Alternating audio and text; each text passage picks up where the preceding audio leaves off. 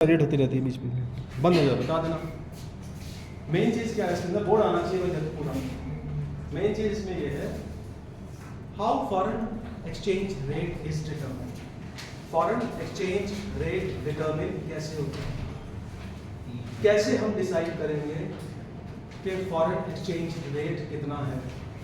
अभी आप कोई कुछ ना लिखिए, सिर्फ सुनिए मेरे को बस। That's the time will come when I will dictate everything. Question is, how foreign exchange rate is determined. थोड़ा सा बंद कर दो 2 मिनट, मत करो। जितनी भी कंसंट्रेशन दी आज भगवान ने यहाँ लगा, कुछ नहीं समझ आया। आई टेल यू, आसानी से पकड़ में नहीं आती थी। There are 3 ways. Number one is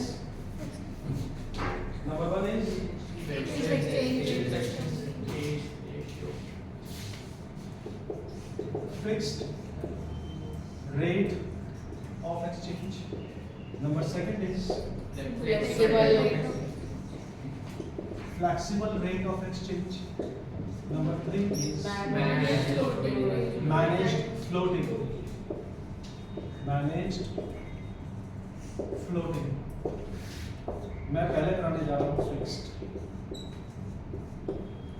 under this system what happens, the government plays the supreme role. Government of any country, किसी भी कंट्री की गवर्नमेंट है, वो कहती है भैया ऐसा है कि मैं डिसाइड करूंगी कि क्या रेट होगा। और गवर्नमेंट ने डिसाइड कर दिया, मान लो गवर्नमेंट ने कहा $1 is equal to 50 rupees. So who is deciding this rate? Government is deciding. तो इसे हम फिक्स रेट ऑफ एक्सचेंज कहते हैं। बड़ा सिंपल, ऐसा कुछ नहीं है। गवर्नमेंट ने एक नोटिफिकेशन निकाल दी, गवर्नमेंट का कल से रेट ये। प्रॉब्लम यहीं से शुरू होती है, इस नोटिफिकेशन से। Practical problem. पहले तो हम बात कर लेते हैं सर, ठीक है कोई बात नहीं, इसके merits it's a very good thing. इसके मेरिट्स क्या हो सकते हैं आपके हिसाब से? सबसे पहला मेरिट, इसका जो एडवांटेज है, हाँ बताइए। Sir, it facilitates importers and exporters and provides stability to them. Yes, it facilitates importers and exporters for a stable exchange rate. 2 बातें बताई थी मैंने आपको। पहली बात थी, आप अपनी जीपीएस लोकेशन कौन सी रखेंगे? इंडिया रखेंगे। दूसरी, डॉलर को एज अ कमोडिटी ट्रीट करेंगे। तो आप अगर अपनी जीपीएस लोकेशन इंडिया में बैठे हैं, मार्केट के अंदर अगर रेट फिक्स है, इसमें फ्लक्चुएशंस नहीं हो रही हैं, so that now you can decide what to export and what to import and what will be my profitability. Am I right? Importer exporter के लिए ठीक हो जाएगा। इसका मतलब ये भी हो सकता है, the economy will be more stable rather than fluctuation.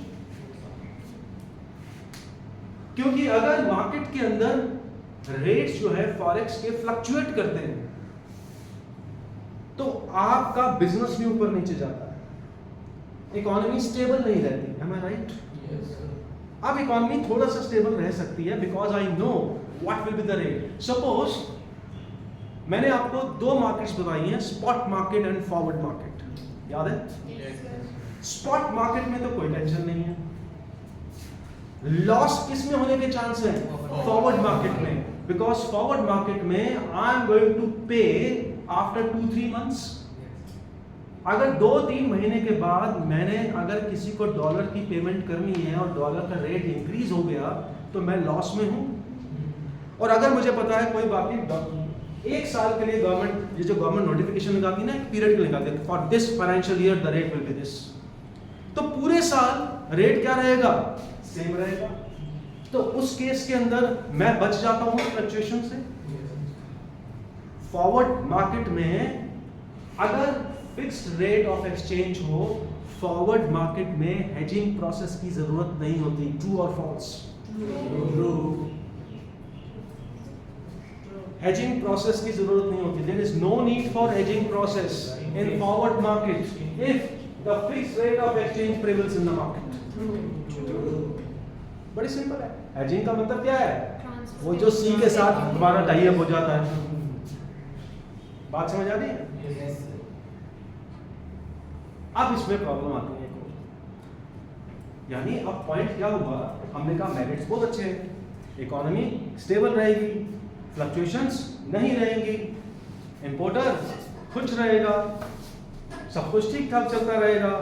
एक डीमेरिट था जिसकी वजह से ये सिस्टम कोलैप्स हो गया और हमें आना पड़ा दूसरे सिस्टम के.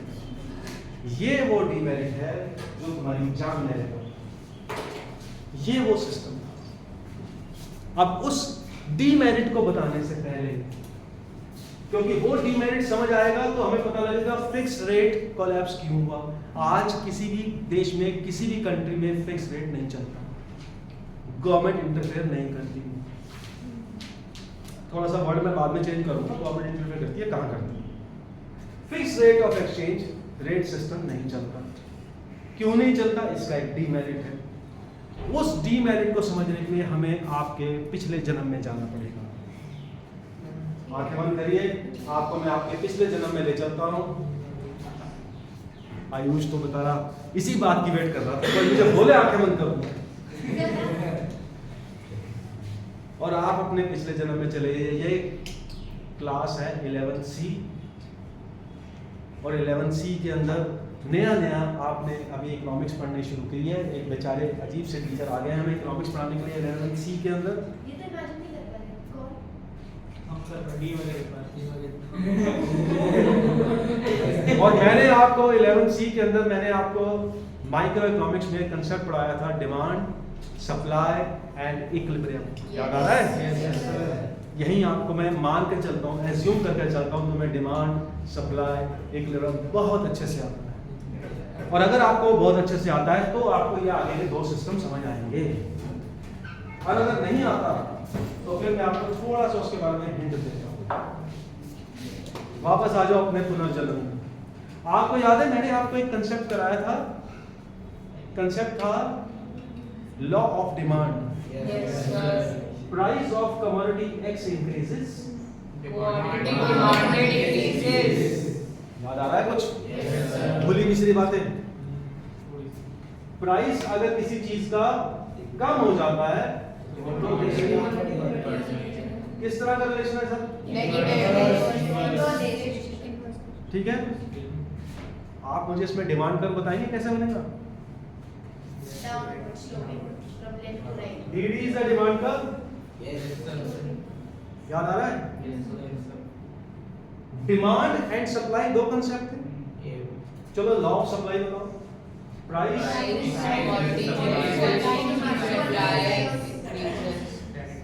price of commodity decreases, quantity supplied decreases. Positive correlation. दो कंसेप्ट थे, याद रखना. एक था डिमांड और एक था सप्लाई. अभी तो आपने सिर्फ रटी रटाई बातें पूछी हैं या बोली हैं. अब आपको समझ कितना आया इसका, ये मैं पूछता हूँ. Demand and supply are nothing but two different perspective of two different people. Demand is a perspective of consumer, supply is a perspective of producer. Am I right? Yes. And whenever there is the point comes where both satisfy each other. एक ऐसा price determine हो जाता है जिसको consumer पे करना चाहता है, जिसे प्रोड्यूसर एक्सेप्ट करना चाहता है.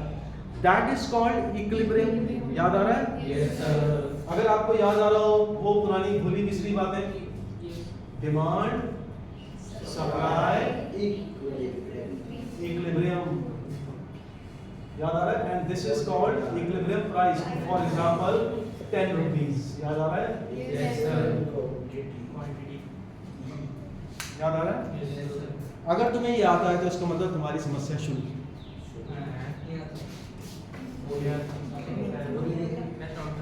This is equilibrium price. अब मुझे बताओ, आगे चलें। ये मुझे कंसेप्ट अच्छे से समझाना पड़ेगा, तब तुम्हें ये समझ आएगा। इतनी बात तो समझ आई ना? ये तो आपको याद है ना कि प्राइस 10 रुपए कैसे आया? प्राइस 10 रुपए आया, कैसे आया मिस? प्राइस कैसे आया 10 रुपए? With the help of demand and supply forces prevailing in the market, and this price is actually determined by the market forces and not by the producers. Am I right? Yes. Not by the consumer. Am I right? Yes. किसने decide किया था ये? Market forces ने decide किया। आगे चले, बड़े ध्यान से, और कंसंट्रेशन चाहिए होगी, वो नहीं मिलेगा इसमें, है ही नहीं सर, हम पढ़ाते वही जो उसमें नहीं मिला। अब सुनो ध्यान से बात, और सीरियस हो जाएंगे थोड़ा सा इसमें अगले 7-8 मिनट। मान लो ये जो 10 रुपए प्राइस है, ये एक एसेंशियल कमोडिटी है, और वो है राइस, ठीक है?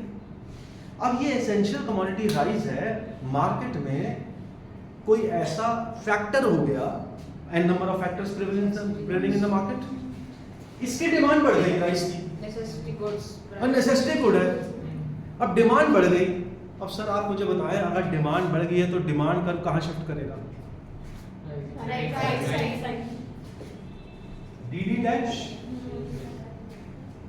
यहां तक क्लियर हो रहा है? Yes. बड़े ध्यान से समझना, एक एक कदम लेकर चलो। मैं पहला बार में 100% समझाता हूं, मैं बता रहा हूं। ये बढ़ेगा, नया इक्विलिब्रियम पॉइंट का बना। मान लो ये 12 रुपए हो गया, प्राइस बढ़ गया, एसेंशियल कमोडिटी है, 10 रुपए की चीज थी, 12 रुपए हो गई, लोग हाय हाय करने लग गए, ये सरकार खराब है, ऐसे निकालो बाहर, महंगाई बढ़ गई, डिमांड की वजह से प्राइस बढ़ गया। गवर्नमेंट कहती है भैया ऐसा है, ये तो बड़ी इंपॉर्टेंट प्रॉब्लम हो गई, दिस इज एसेंशियल कमोडिटी। अब क्योंकि आपने 11th में माइक्रो इकोनॉमिक्स पढ़ी हुई है, मैं आपसे सोल्यूशन पूछ रहा हूँ इसका, you have to give me the answer, raise your hands, think and raise your hand. Government इस प्राइस को वापस 10 रुपए में कैसे लाएगी? How the government will bring this price back to 10 rupees? Minimum support price. Sir वो farmer से खुद खरीद लेगी और वो कम Minimum प्राइस support में price. बेचेगी। ये तो है। कैसे करेगी? मिनिमम सपोर्ट प्राइस तो टेक्निक है, फार्मर करेगी से कैसे? खरीद लेगी और लोअर प्राइस में बेचेगी। प्रोक्योरमेंट करेगी गवर्नमेंट, और क्या करेगी? लोअर प्राइस पे खरीद के फिर क्या करेगी? मार्केट को फ्लड कर देगी ना, market will be flooded. That means government will increase the supply in order to bring this price down. बिल्कुल ठीक बात। इसका मतलब ये भी तो है कि गवर्नमेंट जो है उसके पास इतना स्टॉक होना चाहिए कि वो मार्केट फोर्सेस को इन्फ्लुएंस कर सके। Am I right? मेरा पॉइंट दोबारा समझो फुल अटेंशन के साथ। गवर्नमेंट के पास इतना स्टॉक होना चाहिए कि वो मार्केट फोर्सेस को इन्फ्लुएंस कर सके, प्राइस को डाउन ले आ सके। Am I right? Micro level पे तो ठीक था, फॉरेक्स मार्केट में मैक्रो लेवल पे ये गलत हो जाता है। क्यों? सुनो ध्यान से, बड़े ध्यान से सुनो। This was the major drawback of fixed rate of exchange, जिसकी वजह से कोलैप्स हुआ। क्यों? मान लो मार्केट में डॉलर था, वो 50 रुपए का था, वो डॉलर 80 रुपीस का हो गया, और आप जो हैं, आप इंपोर्टर हैं, और आपको नुकसान होने वाला है। तो गवर्नमेंट को अगर ये रेट वापस 50 रुपए पे लाना है तो गवर्नमेंट क्या करेगी? मार्केट, इंटरनेशनल मार्केट को डॉलर से फ्लड कर देगी। Am I right? Yes, sir. जैसे ही मार्केट में, क्योंकि डॉलर को एज अ कमोडिटी यूज कर रहे हैं आप, मेरी पहली assumption, अगर market is flooded with the dollars, that means price will come down, price will come down. लेकिन सर एक बात बताओ, इतनी बड़ी इंटरनेशनल मार्केट को फॉरेन एक्सचेंज के साथ भर देने के लिए government has to maintain large reserve of foreign exchange. Am I right? Yes, sir. Is it possible for the country of any government of any country to maintain such a large reserves? No, sir. No, that is the reason. Her country की government ने हाथ खड़े कर दिए, क्योंकि international market को कौन influence करेगा? अभी तो हम पंजाब की मार्केट को इन्फ्लुएंस कर रहे थे माइक्रो इकोनॉमिक्स में, यहाँ पर दिल्ली की मार्केट को कर रहे थे, आजादपुर मंडी को कर रहे थे, केशवपुर मंडी को कर रहे थे। अब आप कह रहे हो कि हमारे पास अगर हमने डॉलर को इन्फ्लुएंस करना है इंटरनेशनल मार्केट में, मेरे पास तो ट्रम्प साहब से ज्यादा डॉलर होने चाहिए। यूएस कहता भैया मेरे पास इतने डॉलर नहीं है, मोदी साहब आपके पास इतने डॉलर कहां से आ गए? पाकिस्तान के पास आगे मैं जानता हूं, उनके मशीन लगा रखी है, तुम्हारे पास कहां से आ गए? That is the reason. Are you getting my point? Why this fixed rate of exchange collapse? Because the government has to maintain large sum of reserve to influence the market. That is not possible for any country. As a result, this system collapsed and a new system came into the market that is called flexible rate. और मजे की बात, flexible rate आप पढ़ चुके हैं अभी मेरे साथ, ये flexible rate ये रहा। When the dollar rate is determined with the help of demand and supply. Demand and supply दोबारा देखते हैं कैसे। When price of dollar increases, quantity demanded for dollar increases.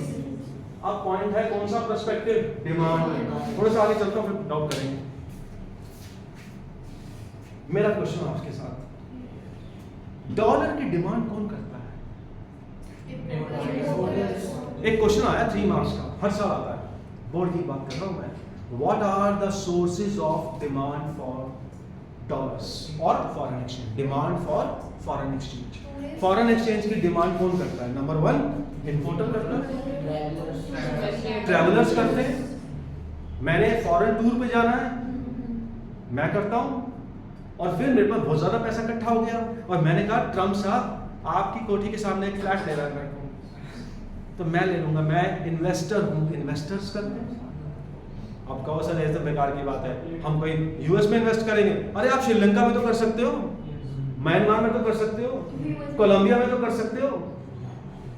जो कंट्रीज, मतलब मैं तो फॉरेन एक्सचेंज की बात कर रहा हूं, वो तो कोई भी कंट्री की करेंसी हो सकती है, डेफिनेशन देख लो। So that means demand dollar की या किसी भी फॉरेन एक्सचेंज की कौन करेगा? यही लोग करेंगे। अब मुझे दूसरा बात बताओ, अब आप थोड़ी देर के लिए अपनी जीपीएस लोकेशन यहीं रहने दो, हम चलते हैं स्टीव के पास। स्टीव कौन है? यूएस बैठा है। स्टीव इंपोर्टर है कि एक्सपोर्टर है? एक्सपोर्टर है। तो वो सप्लायर है एक तरह से। मेरा क्वेश्चन, सप्लाई कहां से आएगी डॉलर की? नंबर 1 स्टीव, एक्सपोर्टर स्टीव है। नंबर 2 जो बाहर के लोग यहाँ आ रहे हैं, टूरिस्ट, बाहर के लोग। मिसेस स्टीव चलती, मैं भी चलूंगी आपके साथ। अरे मिसेस स्टीव और छोटा स्टीव, बड़ा स्टीव, सारे आएंगे, तो उन सबको भी तो डॉलर चाहिए, उन सबको इंडियन करेंसी चाहिए ना। तो वो भी हमें सप्लाई करेंगे ना, तभी तो हमसे इंडियन करेंसी लेंगे। वो कहेंगे ये लो डॉलर, हमें इंडियन करेंसी दो, क्योंकि हमें घूमने जाना है तुम्हारे पास। तो वो सप्लायर कर दिया आपको। बाहर के इन्वेस्टर्स वो भी तो करेंगे। डॉलर की डिमांड एक बंदा और करता है, जो आप भूल गए, आपकी पकड़ में नहीं आया। एक तो हो गया इंपोर्टर एक्सपोर्टर, दोनों तरफ की बात कर रहे हैं। एक हो गए इन्वेस्टर, दोनों साइड के। एक हो गया स्पेकुलेटर भी ले लो चलो, और एक हो गए फॉरेन टूरिस्ट हो गए, लोकल टूरिस्ट हो गए, 4 हो गए। एक स्पेकुलेटर, अच्छी बात है, हम स्पेकुलेटर जुआरी को भी ले लेते हैं अपने साथ, कि वो भी करेगा, वो तो सबसे पहले करेगा एक्चुअली, क्योंकि मार्केट में डिमांड कैसे हो रही है, मार्केट में प्राइसेस कैसे डिसाइड किए जा रहे हैं? Demand and supply. तो सबसे ज्यादा खेल कौन खेल रहा है इसमें? स्पेकुलेटर। वो तो बैठा देख ही रहा है, जैसी रेट बढ़ा निकाल दे, वो तो ऐसे बैठे रहते हैं सारा दिन। जो स्टॉक मार्केट में बैठे रहते, देखा है कभी? 6-6 घंटे टीवी के आगे बैठे रहेंगे, 9:20 पे टीवी ऑन करेंगे, 2:20 पे 2:30 बजे बंद करेंगे, और इतने देर में 10,000 कमा जाते हैं बैठे बैठे। 2% तो है ही, 2% तो चली जाती है। एक बंदा होगा सोनू मोनू, है अब वो जो सोनू मोनू, ये सोनू मोनू दो भाई हैं, कजन्स हैं। सोनू रहता है दिल्ली में, इंडिया में, और मोनू रहता है बाहर। सोनू जो है वो मोनू को गिफ्ट भेजता है उसके बर्थडे पे, ये ले भैया तेरे लिए गिफ्ट। अंदर से सोच रहा है मैंने भेजा तो मेरे बर्थडे में वहां से मेरे को भेजेगा कुछ ना कुछ। वो यहाँ से उसको 2 चॉकलेट भेजता है, ठीक है, डेयरी मिल्क की छोटी सी 30 रुपए वाली, वहां से वो बढ़िया वाली चॉकलेट भेजता है उसको बर्थडे पर। ये भी तो एक्सचेंज हो रहे हैं गिफ्ट्स, इसे कहते हैं exchange of gifts and grants. Exchange of gifts and grants. इनको भी तो डॉलर चाहिए, इनको भी तो डॉलर चाहिए। तो 5 लोग हो गए जो डॉलर की डिमांड कर रहे हैं। कौन कौन से 5 लोग हो गए?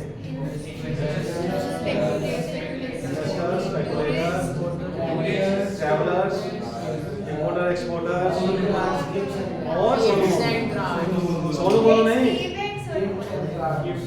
Gifts and grants. In gifts and grants को एक नया नाम देते हैं, टेक्निकल नाम देते हैं। बाकी में तो रिक्शे वाला ही बता देगा, लेकिन ये टेक्निकल नाम आप ही बता पाएंगे। इसको मैं डिटेल में स्टडी करूंगा नेक्स्ट चैप्टर के अंदर जुलाई में। और ये टेक्निकल नाम है ट्रांसफर इनकम्स, ट्रांसफर इनकम्स या transfer payments. It is a mere transfer of money from one country to another or one person to another without any return benefit. तो ये हम बाद में डिस्कस करेंगे, बड़ा लंबा कंसेप्ट है। तो ये डिमांड और सप्लाई हो गया। अब कहां पर इक्वेट कर रहा है सर, ये बताइए। जहां इक्वेट करता है demand and supply, that becomes the, तो this is called flexible rate. अब पॉइंट ये आता है आखिरी के 3 मिनट और, कि इसको फ्लेक्सिबल रेट क्यों कहा गया? इसको फ्लेक्सिबल रेट इसलिए कहा गया because with the help of demand and supply forces this flexible rate keep on fluctuating every day every minute. यही सिस्टम सब जगह चल रहा है। हालांकि वो भी कोलैप्स हो गया बाद में, फिर आजकल ये चल रहा है। मैं बताऊंगा ये क्यों कोलैप्स हुआ, ये कलम पढ़ेंगे। चलो ये डिमांड हो गया, ये सप्लाई हो गया। मान लो ये रेट हो गया 50 रुपए डॉलर का, ठीक है। अब मार्केट में क्या हुआ, अमेरिका ने इंपोर्ट ड्यूटी खत्म कर दी। अभी जो चल रहा है सर, आज से कोई इंपोर्ट ड्यूटी नहीं, हम कोई ड्यूटी नहीं लगाएंगे, भेजो अपने ग्रुप से। इंडिया में बैठा कौन खुश होगा? एक्सपोर्टर, ठीक है। अब ट्रम्प साहब ने एक दूसरी बात भी कर दी, उसने कहा मैं यहां से भी ड्यूटी नहीं लगाऊंगा एक्सपोर्ट की, ना मैं ड्यूटी लूंगा और ना मैं ड्यूटी कोई लेवे करूंगा। अब इंडिया में बैठा कौन सा बंदा खुश होगा? जब इंपोर्टर खुश होगा, अगर इंपोर्टर खुश हो गया तो इसका मतलब अब वो ज्यादा इंपोर्ट करेगा गुड्स, क्योंकि ड्यूटी खत्म होगी। वो जब वो ज्यादा इंपोर्ट करेगा उसको ज्यादा डॉलर्स की जरूरत पड़ेगी। जब ज्यादा डॉलर्स की जरूरत पड़ेगी तो क्या डॉलर्स की डिमांड बढ़ेगी? नहीं। जब डॉलर्स की डिमांड बढ़ेगी तो डिमांड तक कहां चला जाएगा सर? डी डैश हो जाएगा। सप्लाई तो उतनी चल रही है तो क्या हो जाएगा? मार्केट में इसका रेट 60 रुपए हो जाएगा। जैसे ही मार्केट में इसका रेट 60 रुपए होगा, कौन सा बंदा सबसे ज्यादा खुश होगा? स्पेकुलेटर कहेगा बंगला पाओ। क्यों? 50 रुपए अब 60 रुपए हो जाएगा। अब जैसे ही 60 रुपए होगा, वो जो इंपोर्टर था वो मुंह बना के बैठ जाएगा। Am I right? क्यों? वो कहेगा अभी अभी तो ट्रम्प साहब ने इतना बड़ा गेम खेला है, अभी अभी तो मैंने डॉलर्स की डिमांड शुरू करी है कि मुझे डॉलर्स चाहिए और यहाँ रेट बढ़ गया। All teachers in this meeting will make sure that this person is done properly. Time हो गया क्या? 5 minute. No on this order after the prayer. अरे ये मुझे बढ़ गया। Students after taking the back sit down on the seat. हैं? Edit हो जाता है भी? मुझे नहीं आता है सब करना। मेरी वीडियो करती है सब, मतलब सुबह में करें। चलो ये बात समझ आई, ये बात समझ आई। डिमांड बढ़ गई, प्राइस बढ़ गया डॉलर का। 2 मिनट और बस, प्राइस बढ़ गया। इसका मतलब हम ये भी कह सकते हैं जो flexible rate of exchange system है वो भी इतना फुल प्रूफ नहीं है, because there are persons in this system those who are minting lot of money because of the market forces like speculators.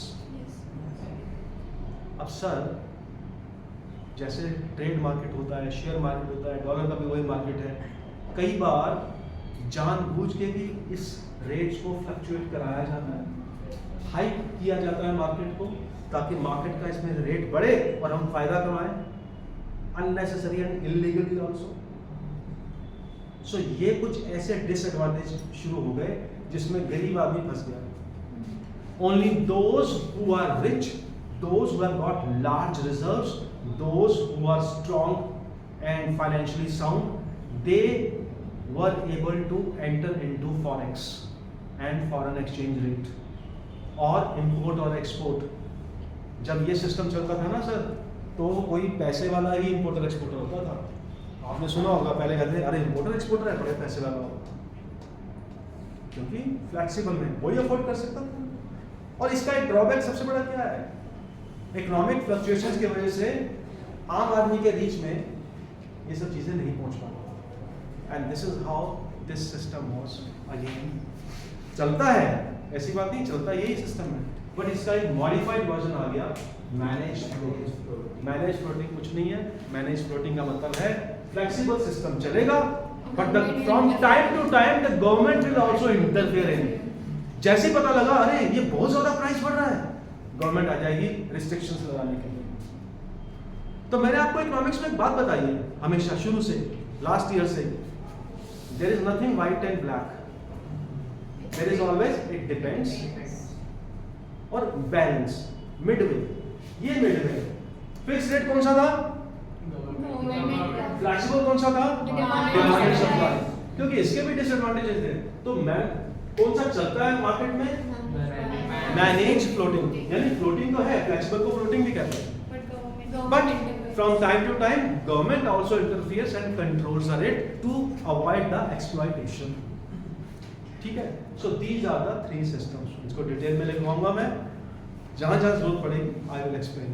Thank you very much।